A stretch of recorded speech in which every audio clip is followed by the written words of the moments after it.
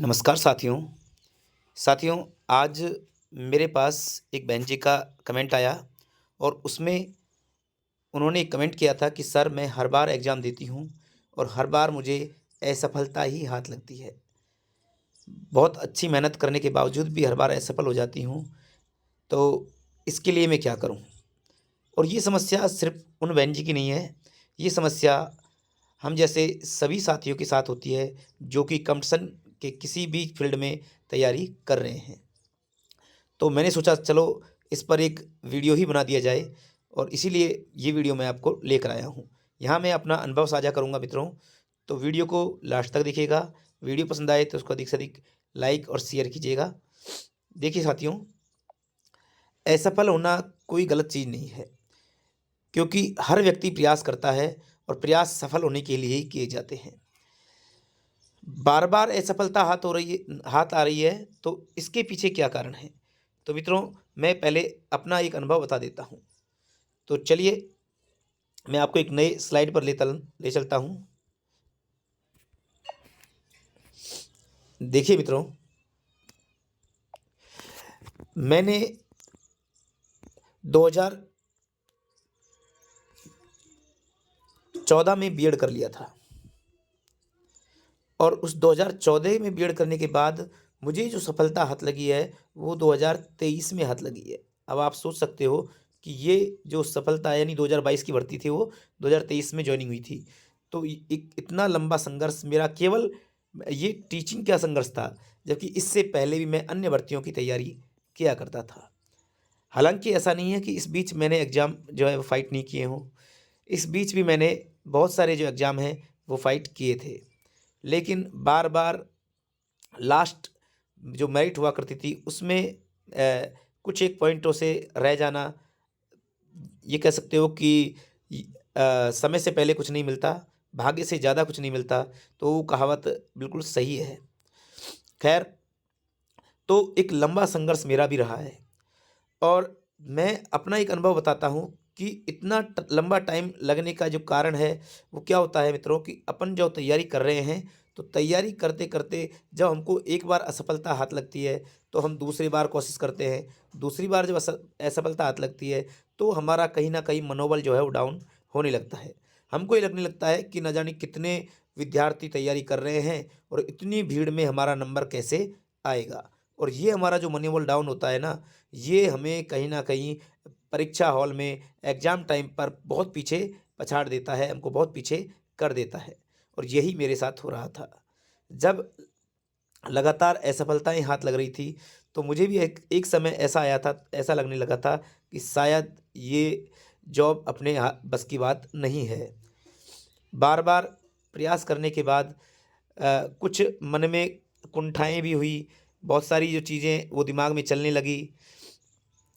2018 वाली जो भर्ती थी, उसमें तो काफ़ी क्लोज़ पहुँचने के बाद, यानी बिल्कुल पॉइंट 12 से रहा था और ऐसे कंडीशन में आप समझ सकते हो कि मेरे ऊपर क्या गुज़रेगी।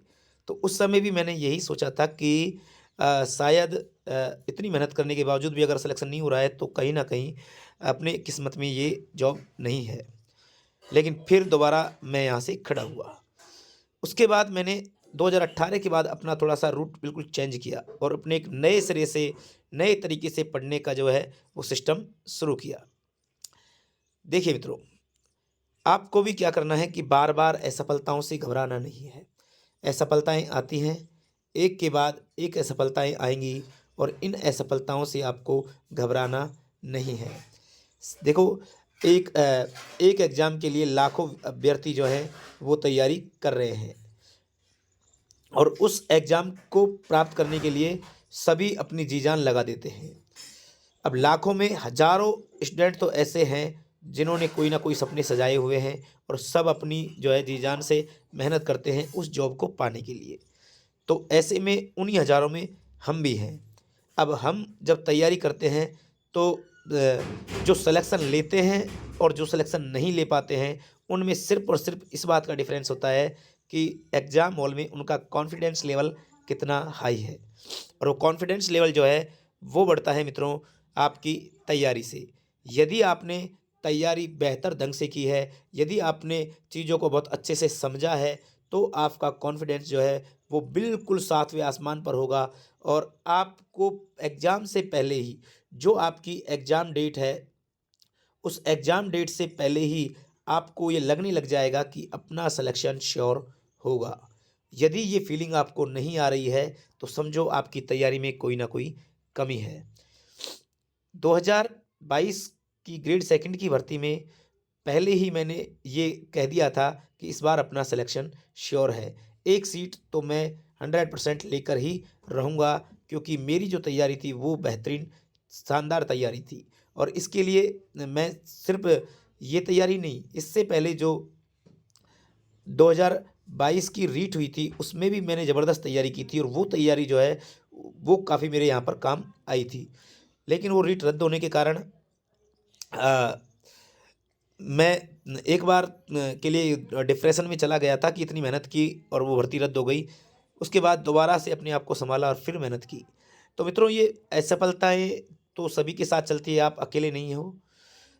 आपको इन असफलताओं से घबराना नहीं है। एग्ज़ाम हॉल में सबसे बड़ी जो चीज़ है, वो है आपका कॉन्फिडेंस, आपका आत्मविश्वास, और आपको स्वयं पर विश्वास रखना होगा। आपको ये मान के चलना होगा कि मैं जो तैयारी कर रहा हूँ, मेरे से अच्छी तैयारी कोई नहीं कर रहा है।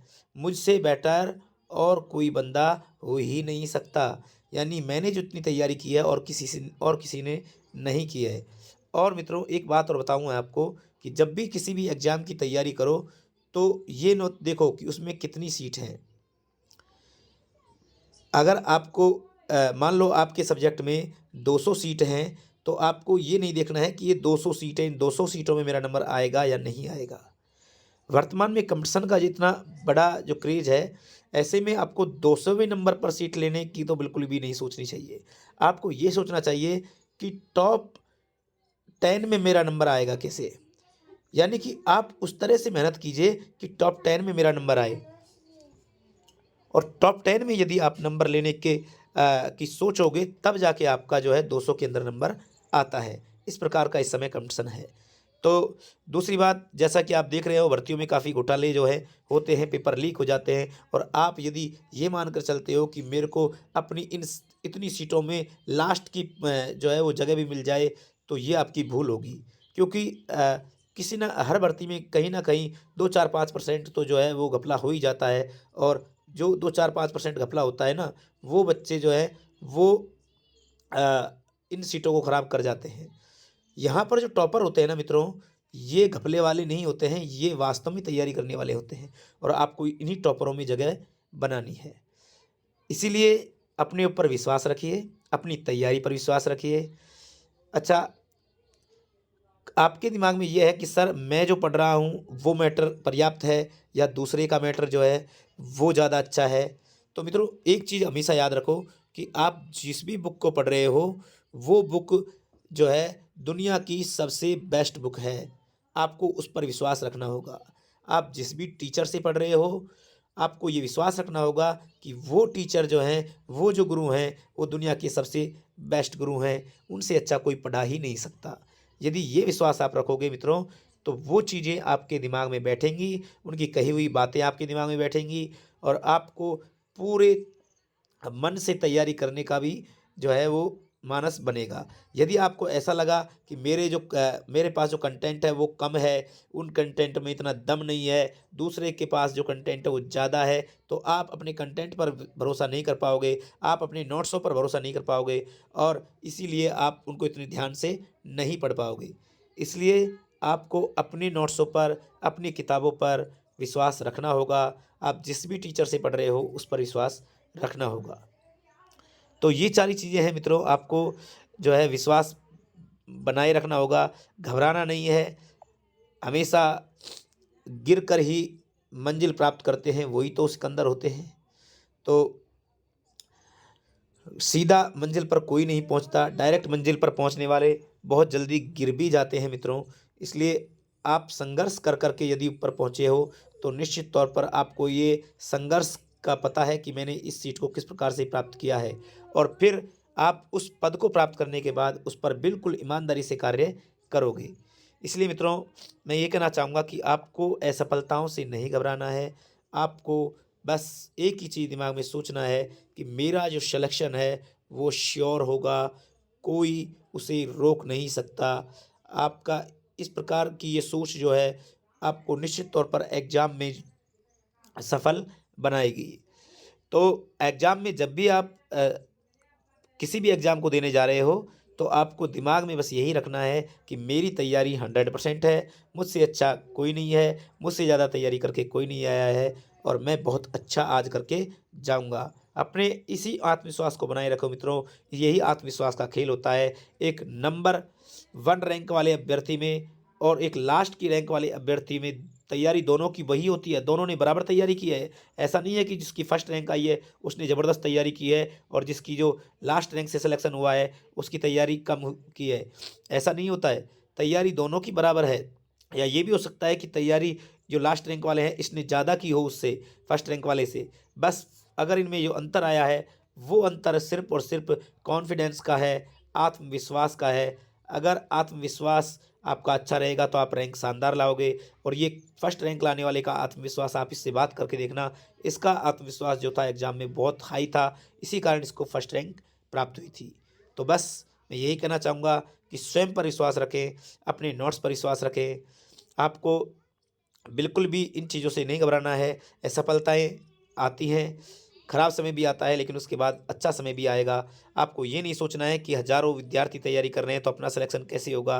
मित्रों, ये भीड़ है और इस भीड़ तंत्र में तैयारी करने वाले बच्चे तो बहुत कम होते हैं, क्योंकि तैयारी करने में बहुत ज़ोर आता है और ये गिने-चुने बच्चों में ही आपको शामिल होना है, ठीक है? और भीड़ तंत्र में आपको भीड़ के साथ शामिल नहीं होना है। आपको इन गिने-चुने जो बच्चे हैं, जो गिने-चुने विद्यार्थी हैं, जो कि तैयारी करने में अपनी जी-जान लगा रहे हैं, बस उन्हीं के से आपका कॉम्पिटिशन है और ऐसा मान करके आपको तैयारी करनी है। बस मैं यही कहना चाहूँगा कि स्वयं पर विश्वास रखें, सब कुछ अच्छा ही होगा। तो आशा करता हूँ कि आपकी सारी बातें समझ में आई होंगी। अगर वीडियो पसंद आया तो उसको अधिक से अधिक लाइक कीजिए, शेयर कीजिए। रीट का अपना जो क्रैश कोर्स है वो चल रहा है। संस्कृत की L1 और L2 वाले अभ्यर्थी जो हैं, वो यहाँ जो है फ्री में यूट्यूब पर सारा कंटेंट करवाया जा रहा है और आप उसको फ्री में देख सकते हैं। बहुत अच्छे से समझाने का मैं प्रयास कर रहा हूँ, ट्रिक्स के माध्यम से संस्कृत जो है समझाने का प्रयास कर रहा हूँ। लेकिन मित्रों, आपका सपोर्ट चाहिए। अधिक से अधिक यदि आप वीडियो को देखोगे, शेयर करोगे, तो ये क्लासेज जो हैं आपको कंप्लीट मिलेंगी और आपको किसी भी प्रकार की संस्कृत में कोई समस्या नहीं आएगी। खैर, तो मिलते हैं नेक्स्ट वीडियो में, तब तक के लिए जय हिंद, जय भारत।